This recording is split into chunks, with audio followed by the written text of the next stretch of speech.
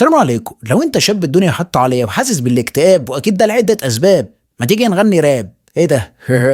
الاسباب دي هتختلف من شخص لاخر. انا هنا قصدي على اسباب قويه تحسسك بالاكتئاب فعلا، زي مثلا عدم تحقيق حلمك او انك فشلت في حاجه. وهنا مش قصدي على العيال الاكبر مشاكلهم الارتباط، العيال خدامين هم ماشيين ورا الموزه بتاعتهم، مش قصدي على دول. فانت الاكتئاب ده انا مؤاخذه بيبقى عامل شبه الراجل اللي هو في موسم التزاوج بيدور على اي حرمه وخلاص، وانت بتبقى الحرمه دي، فبيعمل معاك حاجات سيئة خالص، سيئة جدا، زي مثلا انك على طول مخنوق او انك مش عارف تتمتع بالحياة ولا عارف تبقى مبسوط بحاجة ولا حاجة تمام بسطاك ولا اي حاجة. الحاجات اللي بتحصل دي، وفي بقى حاجة بتحصل يعني بتبقى زيادة، بتبقى وحشة قوي، بتحصل مع عمك سيودة. تحس ان في وحش يعني ايده كبيرة قوي، ها يعني لا مؤاخذة في الكلام، ايده كبيرة، تحس ان هو مسكت من صدرك وعمال يتك تحس ان صدرك هيفرقع، ان قفصك الصدري هيفرقع. دي بتبقى حاجة بنت 60.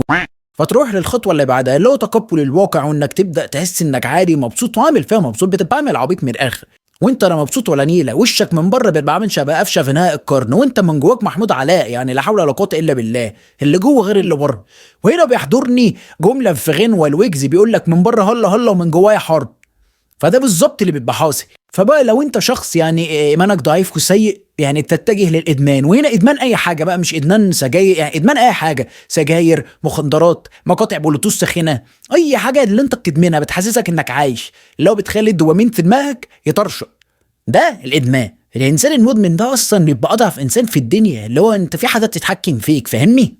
بس مش اضعف من صاحبك المدعر اللي صاحبته ممشياه، يعني ابعتها له. فانت هنا بتوصل لنهايه السكه وخلاص بقى، دنيتك بتخلص بقى. لو انت بتشرب سجاير بدل ما تشرب علبه في اليوم بتشرب علبتين، ده لو انت غني ومعاك فلوس. غير كده بقى بتقضيها انك بتبرشط على اصحابك، هات سجاره مش عارف ايه، بتتجه للويد او ما يسمى في بعض الاحيان يعني الحشيش. هو بيسمى بالحشيش فاهم، بس انت قول عليه ويد، مع انه هو بيبقى مخلط كيتامين وحاجات كده اصلا. يعني انت مثلا بتروح تجيب سلكه او سامسون وبتاع ما تحطها على السيجاره، ما بيكملش والله. يعني اسال عمك سيود، فاهم؟ تحس انك ما شربتش حاجه اصلا.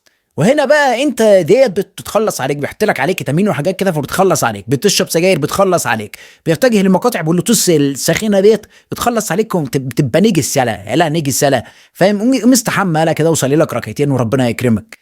فقلبك بيبقى قلبك لحول الله، فانت بتخلص وقلبك لحول الله، بس بتجيب اخرك يعني، فاهم؟ فانت حالك يا اما بيؤدي للانتحار استغفر الله العظيم، يا اما انت بقى بتحاول تتمالك نفسك وبتاع كده وبتوصل لحل. الحل ايه؟